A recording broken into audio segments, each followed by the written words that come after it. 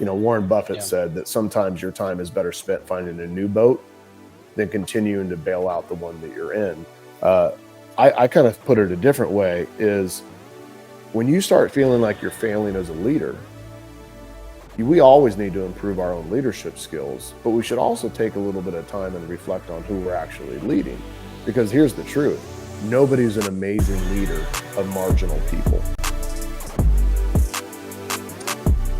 What's up, everybody? Coming to you live from fabulous Las Vegas, Nevada. Taylor and Joe here once again with the Broker's Desk. We've been off for about a month. We took mid-December to mid-January off, but we're starting 2024 with a bang. One of our friends and business partners, Ben Kinney, joins us. Ben, thanks so much for hopping on with us.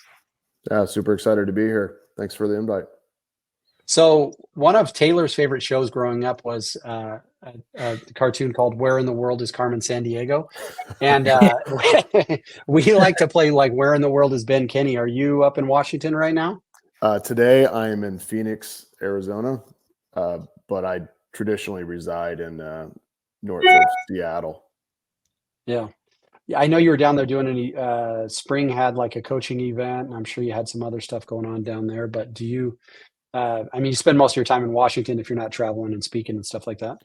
Well, I'm super into old cars, especially ones that break down often. So last week was the Barrett Jackson car auction in Scottsdale. So I went there, and Spring found out, and she invited me to come hang out with her people. So that's how that thing evolved. But yeah, I was for sure there for cars.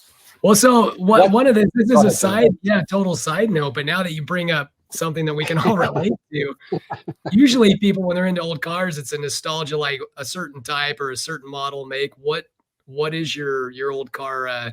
Which one really gets you excited? Well, it requires a 30-second story. Is that all right? Yeah, absolutely. So I was raised in a pretty poor situation, like a cabin without power with my dad. But when I went to my mom's, it was a single wide trailer. It was pretty dumpy, and it was in the far back of this field.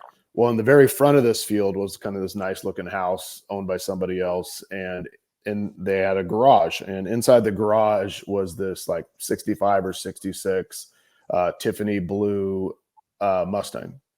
And I had talked to this guy. He was a dentist, and I had just turned 16. I was working almost full time at Hollywood Video, and I had a little bit of money saved. And he said, "Hey, I'll sell you this Mustang for $3,000." And I said, "Well, I don't have $3,000. He's like, "Oh, you can just pay me payments, $150 a month," which is fine because I was working a ton of hours. So I went back and told my mom, and my mom said, "No, you can't buy it." And for whatever reason, like that stuck with me.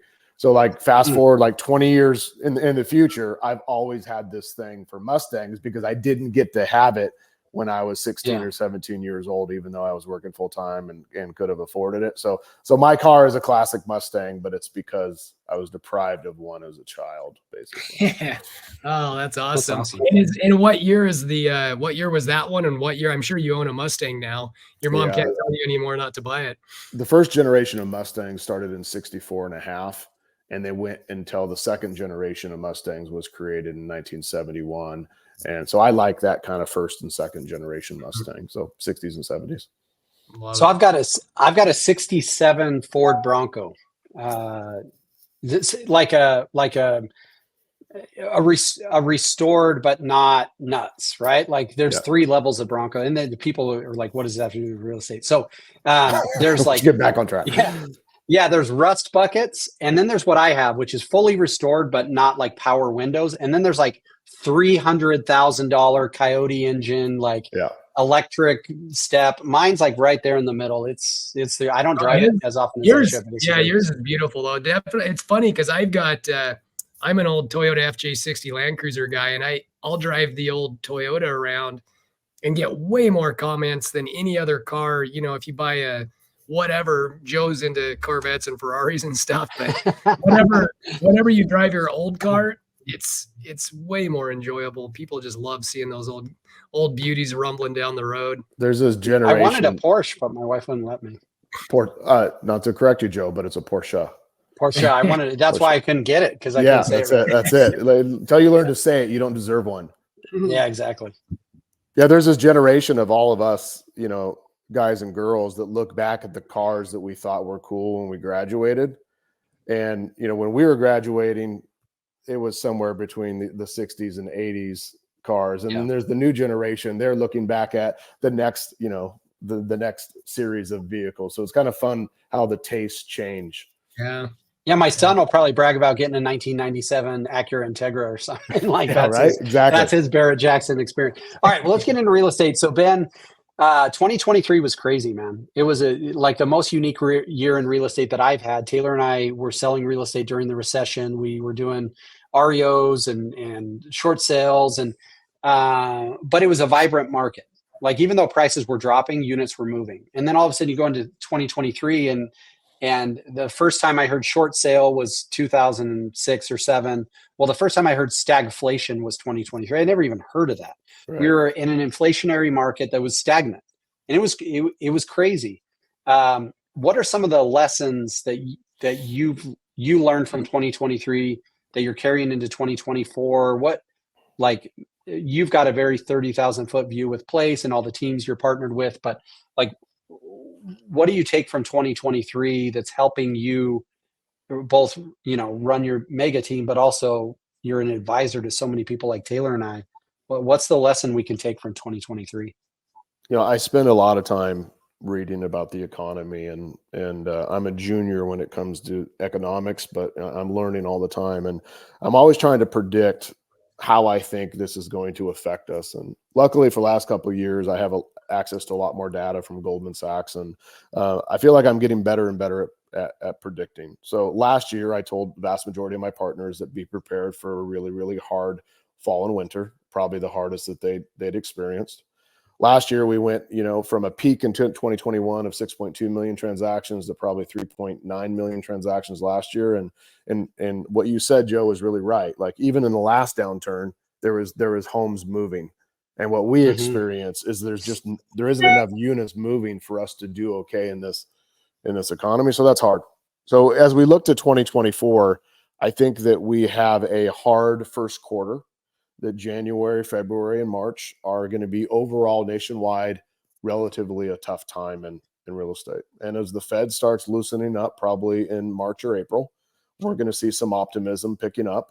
And hopefully that means that more people start putting their homes on the market and more units are available to transact. And over the entire year, we should have a pretty good year if you can average it out across all 4 quarters. But I wouldn't base your feelings about the real estate market on Q1. I think Q1 is going to be hard for a lot of people. So I've got a theory. I'm curious to get your take on it. I'm a very theoretical person. Like, Taylor and I's leadership styles, we've been partners for almost 20 years. Like, it works well together, but I'm highly emotional and Taylor's a little bit more analytical. The emotional side of me believes, so I get asked all the time, like, how's the real estate market? We all do. And I've not struggled to find answers, but just come up with random things, because that's part of my fun, is I always want to have some sort of answer, even if it's not that right. So my theory is that there really is only 3 options for our real estate market. The price, like, people will say, like, when are prices going to drop? And my standard answer is, like, I just don't think they're going to in the foreseeable future, because in order for prices to drop, we need inventory. And in order for us to have inventory, one of 2 things has to happen. Either massive economic collapse triggered by, who knows, war, or natural causes, whatever. Or interest rates need to come down to a point to where people like me, who has a 3.5% mortgage, would consider selling that home and buying something, even at, I don't know what the spread, you may know, like, what does the spread need to be between somebody's current mortgage and their future mortgage to justify making the move? So either the economy has to completely collapse, at which point we're all screwed, or interest rates need to come down to a point to where people are motivated to sell. But at that point, prices can't do anything but grow, because there's going to be more active buyers in the market. Am I at least lukewarm on some of those theories I've come up with? I used to say, when somebody asked me how the market was, I'd say there's only 2 types of markets. There's markets that are good for buyers, and there's markets that are good for sellers. And it's rarely that they're good for both. But Right. What I realized over the last couple of months, it's actually another rare occurrence is it's actually bad for both. And this has kind of been one of Yeah. these markets where it's bad for sellers because they have nowhere to move to that isn't way more expensive than what they Right. started with, right? And it's bad for buyers because the cost of capital and the cost of housing is so hard. But your question of what is the spread?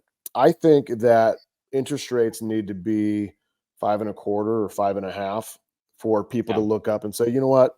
Okay, I had a really great rate, but I'm willing. I still am making babies, dying, getting jobs, want to get the hell Right. out of my town, wherever that might be. There's still reasons to move, and I think that's somewhere in the mid fives, and I think that's where interest rates will land in 2025 at least. Yeah. So one question I've got, Ben, there's anytime the name Ben Kinney shows up on a podcast, there's a ton of realtors and team owners and brokers that tune in to listen. And one of the things that Joe and I partnered up with you, and we're, a member of the Place family, and it's been amazing. The amount of expertise and experience and advice and counsel we have gotten from that world has been incredible. But one of the things that I've noticed is even in this market that's really hard for buyers and sellers, there's still real estate teams and individuals and brokerages that are absolutely crushing and thriving. What would you say is a common pattern for teams right now in this really difficult market? What is one thing that a solo producer, a team leader, broker owner could do in a difficult market that would allow them to thrive when everybody else is just whining about how bad it is? When I talk to individual agents or brand new agents or even teams, I always start with what I call my real estate success principles. And these are like even a blind squirrel finds a nut once in a while kind of rules that if you just do these three things, you're going to have success in any market. And that's number one, say the right things. And say the right things is really a scripting issue. Can we get our people educated enough that they can have intelligent conversations about interest rates, about the market, about pricing, about overcoming objections, about getting somebody motivated to take advantage of home ownership? So it's a scripts issue. So that's my first real estate success principle. My second one is say it enough times. And say it enough times is, are we willing to treat our real estate career as a job?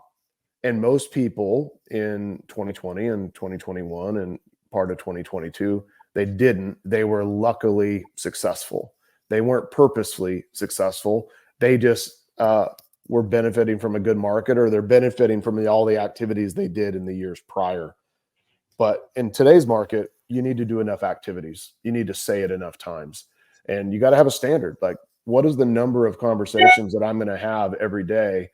Or what is the number of door knocks, or what number of open house hours, or what is that going to be? I took this guy over to Springs House. Actually, he's one of our place partners, Ryan Hansen from middle of nowhere, Minnesota.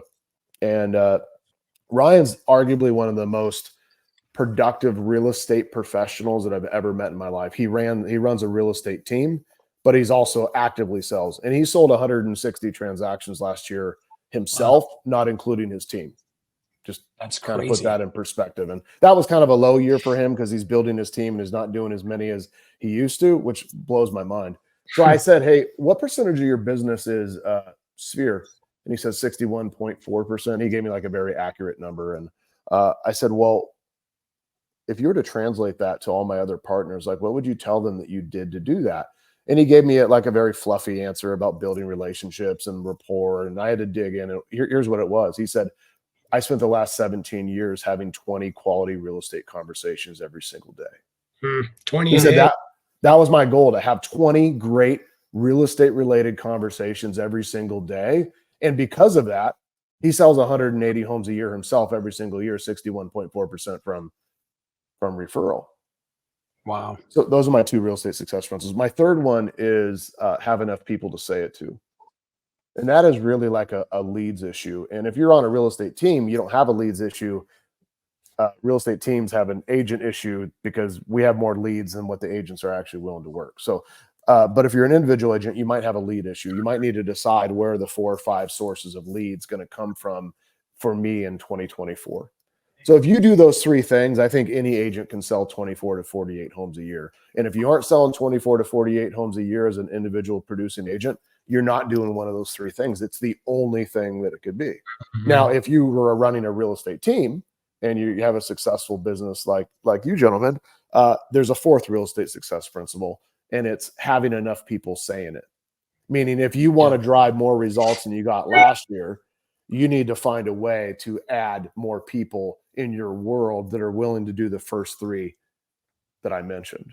And if you could really put pressure on those four things, you could have as big a business as you want, regardless of what the market is doing. I love it.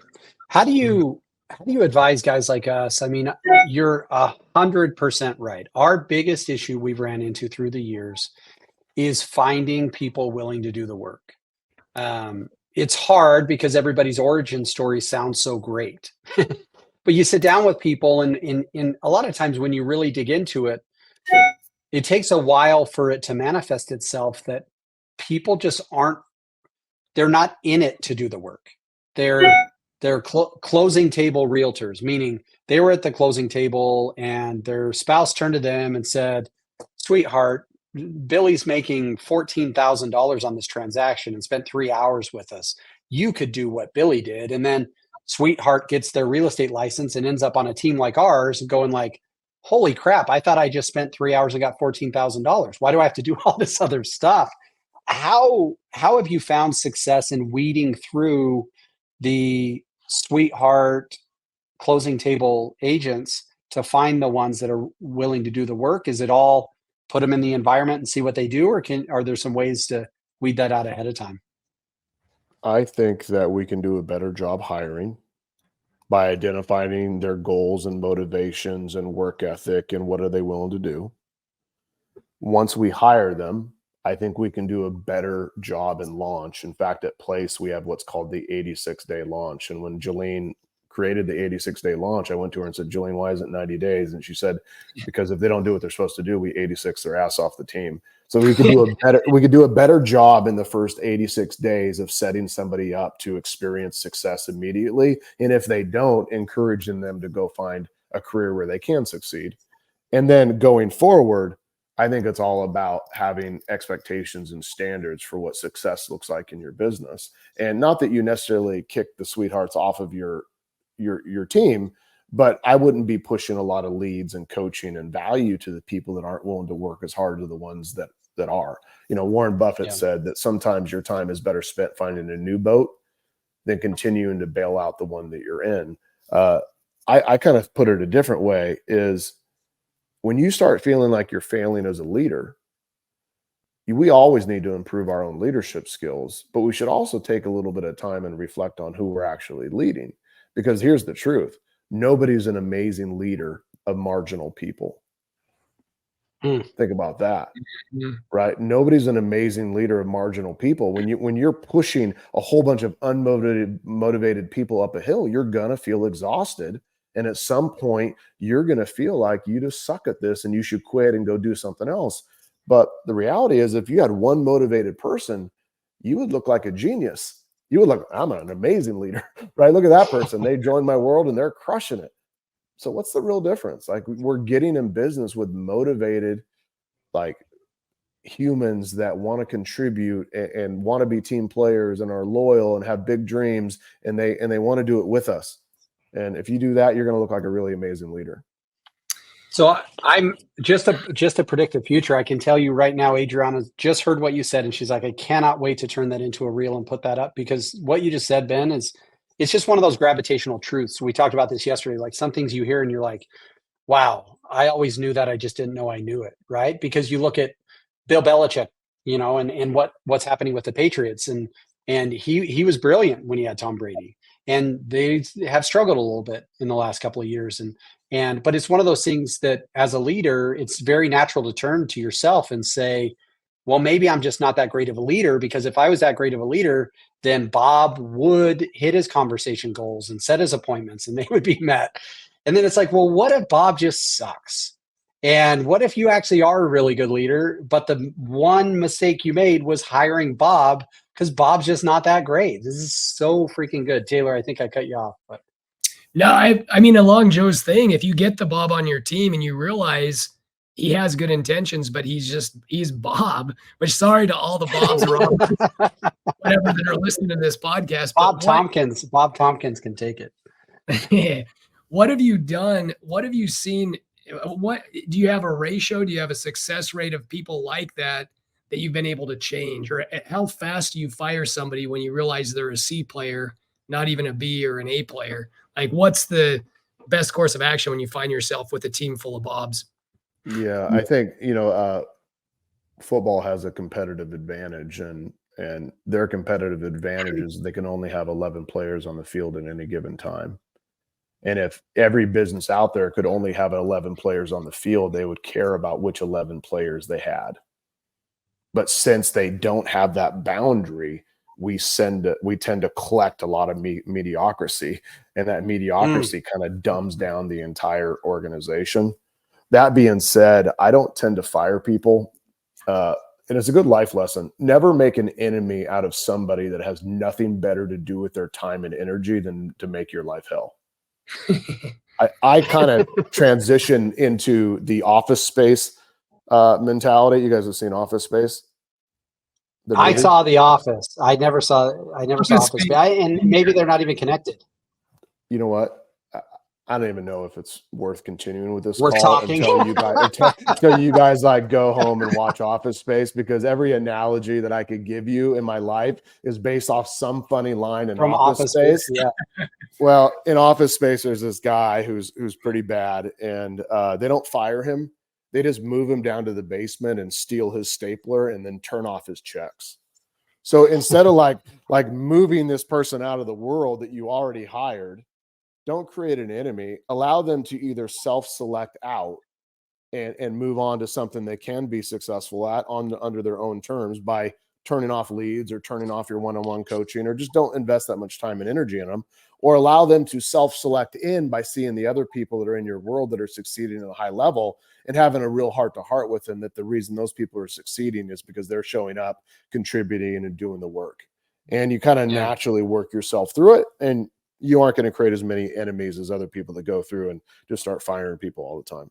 Because in my 20 years of real estate, I probably fired 2 agents, and that's because they were stealing from me, or I was going to end up in legal problem if I stayed in business with them. But other than that, everybody else is self-selected out.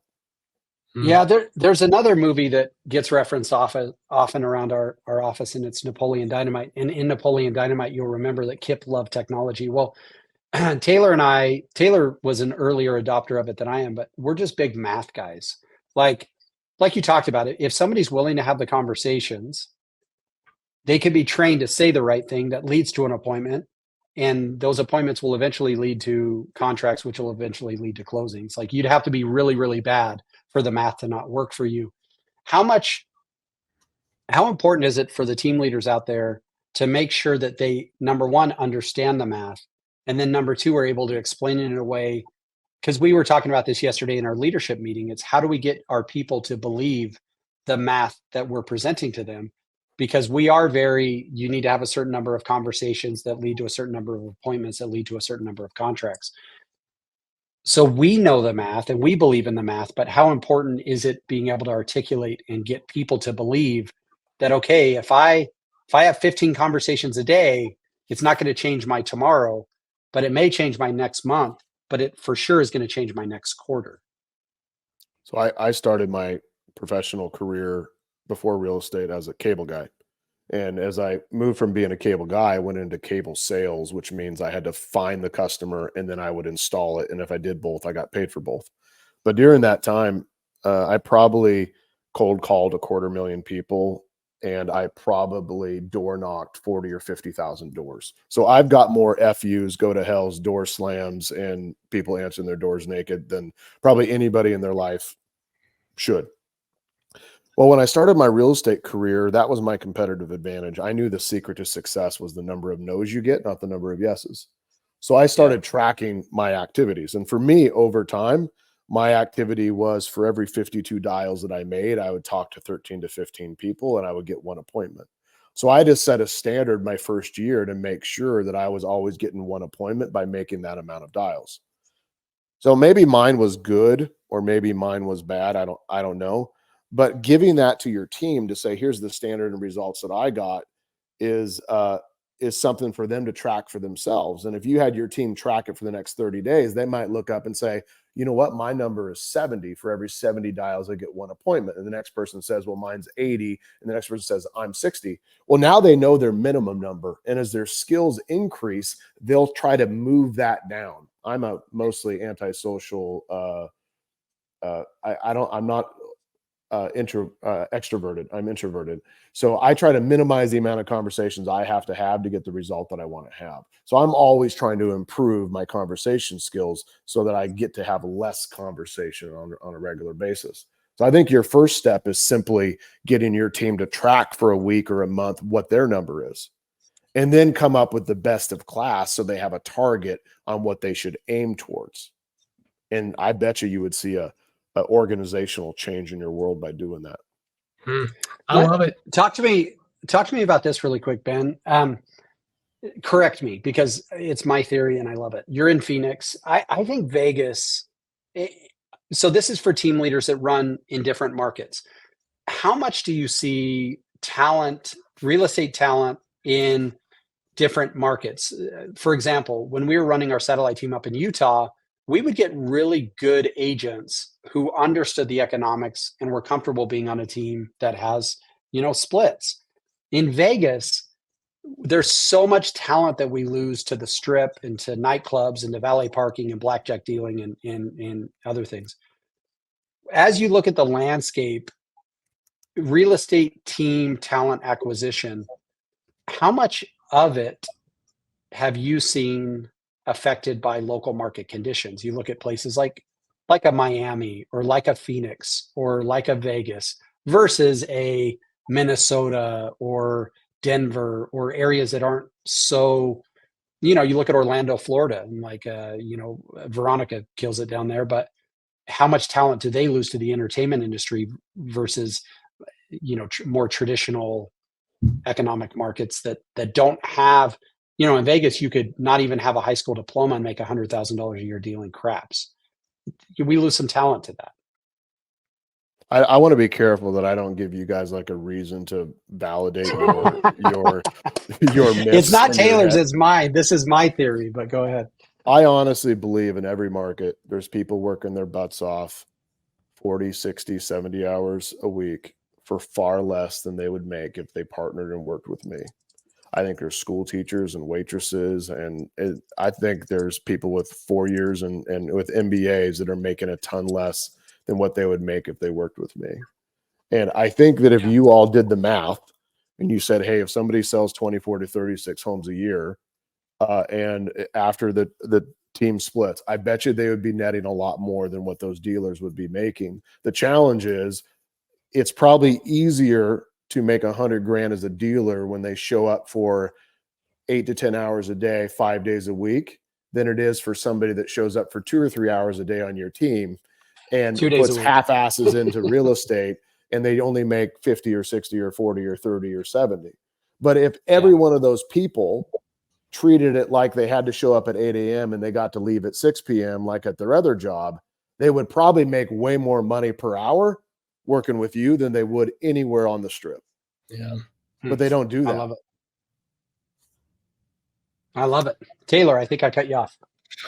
Well, I was just going to, my final question for you, Ben, is a real estate agent right now that's doing all right, wants to implement these things that you said they want to, let me see if I get it right, say the right thing, say it enough times, have enough people to say it to. Where do they start? Like, what's your one piece of advice for that agent that has the big enough why and they have the willpower that they want to do it?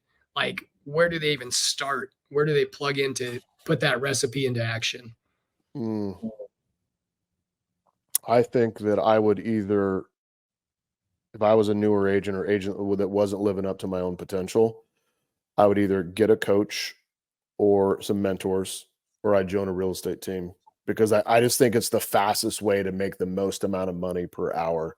And too many people are caught up on gross income, but all I really care about is my net income. Like, that's what I get to buy cheeseburgers with. And I used to write this message down on a piece of paper all the time as a reminder to myself. I just write down, I care about my hourly rate.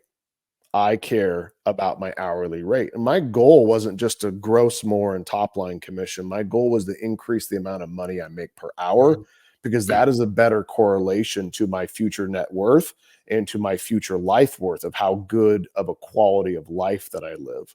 Anybody can make a ton of money and be a crappy husband or crappy spouse or a crappy parent or whatever, right? But I want to make a lot of money so I can do good and have an amazing life so I can spend it with the people I love and care about. And the only way to do that is truly care about your hourly rate. And the fastest way to do that is partner with somebody else that's already figured out. Perfect. Speaking of that, I want to end on this because Taylor and I, we joined Place maybe 6 months ago. We saw it as an opportunity to partner with you and Chris, and have Brian Gubernick in our world. Place is somewhat misunderstood. For people like us, we're like, oh yeah, it's an absolute no-brainer. The Joe Taylor Group is partnered with some of the brightest minds in real estate, and we have access to amazing analytics and fantastic technology and amazing healthcare, and but people misunderstand it. As we were making the move over, people are like, well, why would you give up half of your business? And we're like, it doesn't really work that way. So obviously you're aware that there's just misunderstandings and misconceptions about Place. But then for guys like us and Hatch and like all these people we know that are at Place, we're like, yeah, we would never leave. So clear up some of the misunderstandings. Like why did you start Place, and what is the value for team leaders out there to understand, like, dude, it actually is a no-brainer when you really look at it. It was funny. When Goldman Sachs invested, they put $100 million into our company for about 8%. And when they were going through that process, they said, you're the largest company in prop tech that nobody's ever heard of. And it's funny because we aren't out there tooting our horn and telling our story. And there's a lot of vagueness around it. In fact, if you go to our website, place.com, you're going to leave learning absolutely nothing. And, which is in some ways like completely ridiculous. And in some ways, very much intentional. Place has two missions in our mind. One, I want to provide everything that our partners like you and Taylor need to run their business, including everything that your agents need to be really successful and productive. And then in the end, we all want to transition from being in the home purchase business, which happens every 8 to 12 years, to being in the home ownership business, which happens every single day when you own a home. And Place wants to provide everything that the consumer needs when it comes to their home. We want them to get everything they need for their home all in one place through technology, through that local real estate professional that they trust, in a way that the profits and revenue from those different services like mortgage, title, insurance, home repairs, whatever that might be, right, that all of our agents get to be in those types of businesses going forward. And of course, our partners like both of you. That is kind of step one in our world. But what Place really does, if I could kind of put it down in a list of 3 or 4 things, which if you guys are getting to know me, like everything in my world comes in a list. We solve 4 basic problems. One, we help in the attraction and hiring of W-2 and sales professionals. Like, how do we set a goal for Joe and Taylor on how many agents you need or what staff you need to hire? And we make it easier and help in many ways to help find that talent, which is great, because if we hire a bunch of people, that solves one of our problems, but not all of our problems. The second thing that we solve is, once we hire those people, how do we get those people into production as fast as possible in a way where if they aren't, they deselect out. And if they are, they become really successful and they contribute to the world and we contribute to their lives. So the second is getting people into production. And the third thing that Place is really good at is providing retention opportunities. So we don't wake up one day and our top person comes and knocks on our door and says, hey man, I really appreciate everything you did for me, but now I'm going to go do it on my own. That shouldn't happen. And when that does happen, it's because we haven't provided a path for them to have what we have and to build a life like we have. So they deselect out. And that Place solves that by providing things like healthcare, stock programs, the ability for them to build a team within a team, the ability for them to split off and have their own team, like all these different opportunities for them to earn income and build a better life. And that is our duty as leaders, is to provide those sort of opportunities for our staff and for our agent partners. And the fourth thing that Place does is all the crap that we either forget to do, we don't want to do, or we're not great at doing, the accounting, bookkeeping, payroll, legal, HR, insurance, contracts, like all behind the scenes, digital advertising, marketing, all that kind of stuff. Well, if you do those 4 things really, really well, you can run a really large and profitable real estate business. And I honestly believe that people who partner with us never make more money with us, or never make less money with us than they did prior. Everybody makes more money after partnership. But that's interesting. Most people who are kind of uneducated about that think that partnership is a weakness. But I own almost 100% of nothing personally. The real estate that I own, the businesses that I own, I have partners in almost every single thing that I do. And that's actually what made it so easy to partner with you guys, because you guys have already been partners for so long. You know about the power of partnership. You know what it's like, the good things and the bad things, the difficulties or whatever it might be. And you guys have figured out that actually partnership, as your partner with Real and your partner with Place and your partnership in the investing that you do and all that kind of stuff, partnership is actually strength. So if somebody's listening to this and says, hey, you know what? I don't feel like I'm living up to my potential. I feel a little lonely. I feel like building this on my own is kind of BS, right? I feel like there's something missing in my world. Then something like us might be an option for them. And if not, that's great. We love and support them either way. Well, and I think I love it so much, man. I think there's 2 types of partnerships that you enter into. There's partnerships created out of ignorance, like, well, I don't know any better, so I might as well have a partner. And then there's partnerships that are based out of experience and education. I had a moment last night with my wife. She came home from a little charity workout thing. Taylor's wife was there too, and I turned to her and I just said, I just want you to know I love you so much. And she made a comment that was so profound on the subject. She just said, it seems like the older we get, she just turned 40, I'm 44. She said, it seems like the older I get, or the older we get, the more we just love and appreciate each other. And I think that the more experienced I've become in the real estate space, the more obsessed with partnership and collaboration I've become. Spring Benson's are one of our key partners over at Real.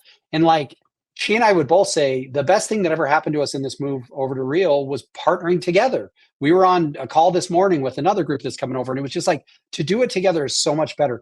Taylor and I bounced up the weirdest stuff off of each other all the time, business and family and health and spirituality. And it's like, how do people do this without having Ben Kinney in their corner, without having Taylor in their corner, without having Brian Gubernick in their corner, without having a Spring Benson in their corner? Like, it boggles my mind that there's people that are so obsessed with individuality, the 100% mentality, right? Like we interview agents all the time and they're like, well, I'm at 100% shop now. And I want to scream at them like, no, you're not. You just have partners that aren't partners. You're basically an employee of a Zillow or of a Realty One group or of a, whatever thing you're partnered with. And it's like, the older I become, the wiser I become, the more to what you said, the more obsessed I am with the power and principle of partnership. And I just want to say, Ben, like, Taylor and I are so grateful to be in business with you, and explaining our decision to Place has become a very simple. We didn't give up half of our business. We chose to partner with Ben and Chris and Brian, which was an absolute no-brainer in our world, via and all of the amazing people at Place. We're truly grateful for your partnership and grateful for you and your team.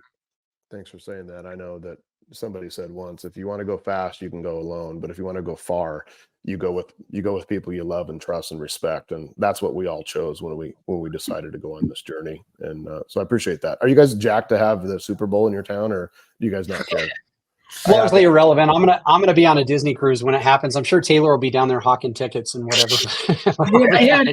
I had a friend of mine that I haven't seen. He lives in Phoenix, and I haven't seen him forever. And super cool guy. And he hit me up, and he's like, "Hey man, like thinking of coming to Vegas. I'd love to stay with you." And I was like, "Oh wow!" I was so flattered and so excited. I guess my game. And I was like, "When?" And he's like, "It's February. It'd be like the 10th and stuff." And he's like, "It's Super Bowl weekend. Just we're going to a tailgate party and stuff." And then I was still pretty flattered, but then I got thinking about him, like, he hasn't hit me up in years, and he wants to stay at my house the same night that hotels in Vegas are $3,800 a night. Like, so anyways, I'm letting him stay at my house, but I'll be watching it on the big screen. Definitely not going down there.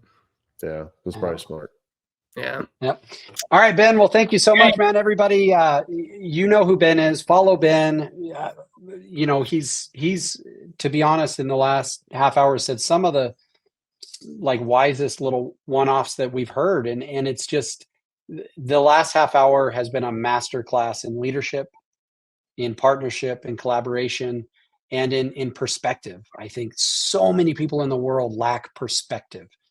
We fail to see what's happening around us. And one of the things we value the most about Ben is his perspective on the industry, his perspective on teamwork and collaboration. And so I hope you guys enjoyed this. We'll be back again soon. Actually, I think tomorrow, Ben Taylor and I are interviewing Julie Youngblood, who's a place cool. partner of ours. And yeah, we love Julie, and she's one of the brightest minds in CRM and team leadership and accountability. So we're stoked for that. Stoked for what we just experienced with you. And guys, we'll see you tomorrow. Thanks, Ben.